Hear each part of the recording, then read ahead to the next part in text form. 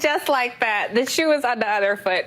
Charlotte and the Women of Sex and the City franchise are undergoing an educational transformation in the latest iteration, widening their circles with diverse friends. It's high time, something frankly all of us could partake in our journey to enlightenment. So take, for example, Rhode Island State Rep Patricia Morgan. This tone-deaf tweet that she had a black friend who is no longer talking to her thanks to CRT. Girl, bye. Listen, Karen, the tweet spawned the trending hashtag, I had a white friend, filled with some necessary clowning. She wanted that smoke, she got it. But on a serious note, interracial relationships not only expand our cultural understandings of each other, but prepare us to better live and experience the world around us. And it doesn't always have to center whiteness, even though we'll have a conversation about that as well. Joining me now is Imani Perry, professor of African American Studies at Princeton University, and Nancy Wang Yuen, associate professor of sociology at Biola University. And she's also the author of Real Inequality, Hollywood Actors and Racism. So I cannot think of two better women to have this conversation with. Imani, I want to start with you. I thought that scene with Charlotte and Harry went to the dinner party where they were the minority was such a great scene. First of all, I thought Charlotte was making a very genuine effort. She noted that she didn't have a lot of black folks in her social circle. And she, had cultural contribution to the conversation and was not pandering. It felt like a very genuine conversation and very relatable. But do you have friends outside of your ethnic, racial, social circle? And how are your conversations? Like, are you guys really unfiltered? How does that look? So thank you for having me. I mean, yes, my entire life I've had multiracial, multicultural friendships, and those relationships are actually built, I think, on three core principles, trust, care, and respect. And so from that basis, we do have friend conversations, honest conversations, unfiltered conversations, ones that can be difficult precisely because of how we care about each other so deeply. And I would say about that episode, part of the beauty of it was actually that they each rescued each other at various moments. There were these sort of beautiful moments of care in the midst of the awkwardness. I agree. I completely agree. Nancy, you and I talked a little bit about this, and, I think it's really important that we not center whiteness in these discussions at all the time. So often when we talk about diversity, particular friendship diversity, it is centered on black and white. And I think there are people, members of the rising majority, who could stand some intellectual curiosity about our fellow Americans and having those conversations. So when it comes to those unfiltered conversations, I'm curious your take on the conversations you have with folks who do not look like you. And in the spirit of being unfiltered, there is concern sometimes about anti-black sentiment in all communities, including Latino, including AAPI. So this is something that we have to get over when we're getting to know each other. Yeah, when I started grad school, that was probably the first time I really had more intimate relationships, partly because the students of color were in the minority, and if I only made Asian friends, I would have no friends in my grad program, or just a few. So I started to have, shared experiences, and there was some growing pains for sure, right? Because when even between groups of color, there's isolation and misunderstanding, and I think that a lot of it is what kind of Imani talked about, having trust and respect, and also humility, right? The willingness to say, hey, I didn't know that, or I said the whole kind of like, I think you're somebody else, and misperception, misunderstanding, those kind of microaggressions will happen. And I think in order to have friendship across culture, one must be humble and be willing to say, hey, my bad, I'm sorry, what can I do better? Yeah. And I think, there's a lot of commonality between folks of color. Imani, I want to play you a clip, because as we talk about having friendships, the show White Lotus, I thought that show was very interesting because it really did speak directly to some privileged lives. And in this case, it was a white person who was friends with an indigenous person, two young women with a budding friendship. Take a listen to this exchange, and I'll get your opinion on the other side. I'm not my parents, Paula. But you are. Actually, you are. You think you're like this rebel, but in the end, this is your tribe. Your family, the people here. That's really manipulative, Paula.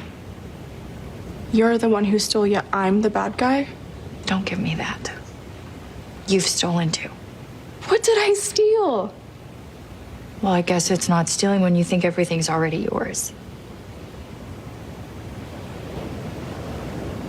Just stop pretending to be my friend. I'm just some prop you use for some weird cred. I have to say, honey, I have had that experience. I've certainly in my life tried to build friendships, and I've had people get comfortable with me. And sometimes it seems like, well, I like you because you're not like them. And every time that happens, I'm like, there it is. I was waiting for it, and there it is. How do you deal with situations like that? Because that's not a genuine friendship. You can miss me with that. That is an associate, not a girlfriend.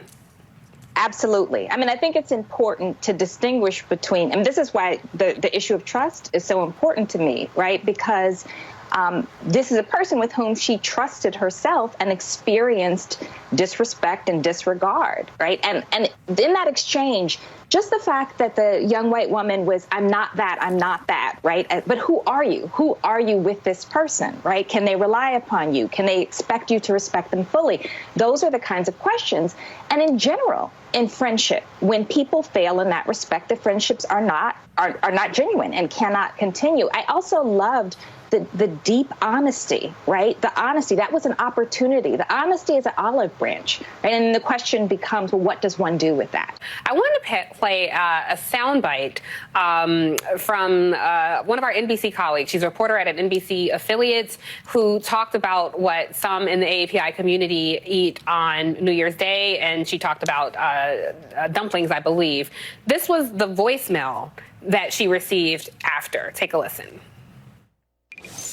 Hi, this evening your Asian anchor mentioned something about being Asian and Asian people eat dumplings on New Year's Day, and kind of take offense to that, because what if one of your white anchors said, well, white people eat this on New Year's Day? I don't think it was appropriate that she said that, and she was being very Asian, and I don't know. She can keep her Korean to herself. All right. That, of course, spurred the hashtag very Asian. This is why I'm playing that, because we just before the break showed that exchange between the two characters on White Lotus, and the young indigenous woman said, at the end of the day, that's your tribe. This is what I found. There's always so much sympathy for folks like that. People say, well, I have a cousin who feels that way. She's not so bad. My aunt voted for Donald Trump, and she's a nice person. My mother supports him. She doesn't like his tweets, but she's not terrible. Here's the newsflash. Your aunt, your mother, your grandmother, whoever supports that philosophy, they actually are terrible people. That actually is garbage when you support racism. It doesn't matter how related you are. But we extend humanity to folks like that, and so little humanity for folks who look like us. When you encounter that level of people, Nancy, can you be friends with folks like that?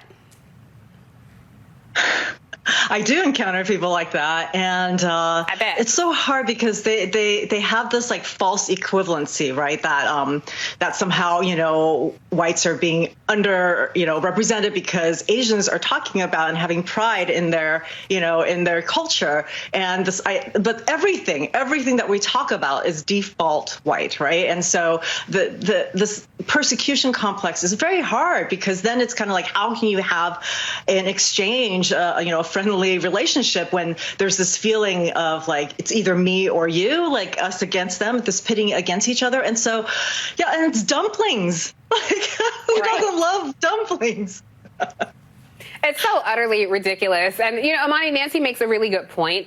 I do find that when we are overlapping, and this is what it takes, our politics is not working. So to change hearts and minds, it is sometimes having these conversations. However, I don't want to be a teacher.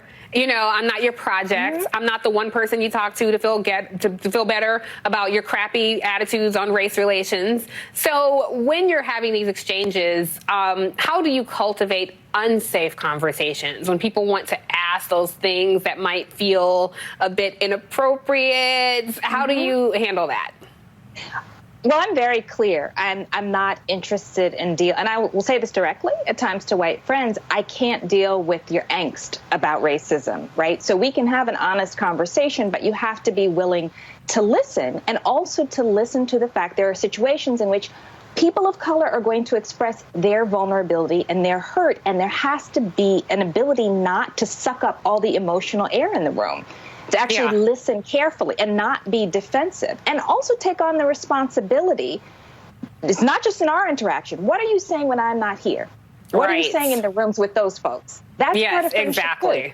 That's such a good point, Imani, because there are times where racist things do happen, and then after the whole incident goes down, somebody will come over and say, I am so sorry. That is so inappropriate what that person just did. I appreciate that, but don't talk to me. Talk to them in the moment. Correct your tribe. Tell your tribe, hey, we don't stand for that. So listen, you guys, Imani Perry and Nancy Wang Yuen, thank you for having this discussion, because I think these are the kind of conversations that need to happen. We will continue to have them here on The Cross Connection. And no matter what you look like, go get to know somebody who doesn't look like you. Fred Hampton was a coalition builder and talked to everybody, and we all need to be our individual coalition builders in our community. So thank you both for having a very necessary conversation, one that will continue here.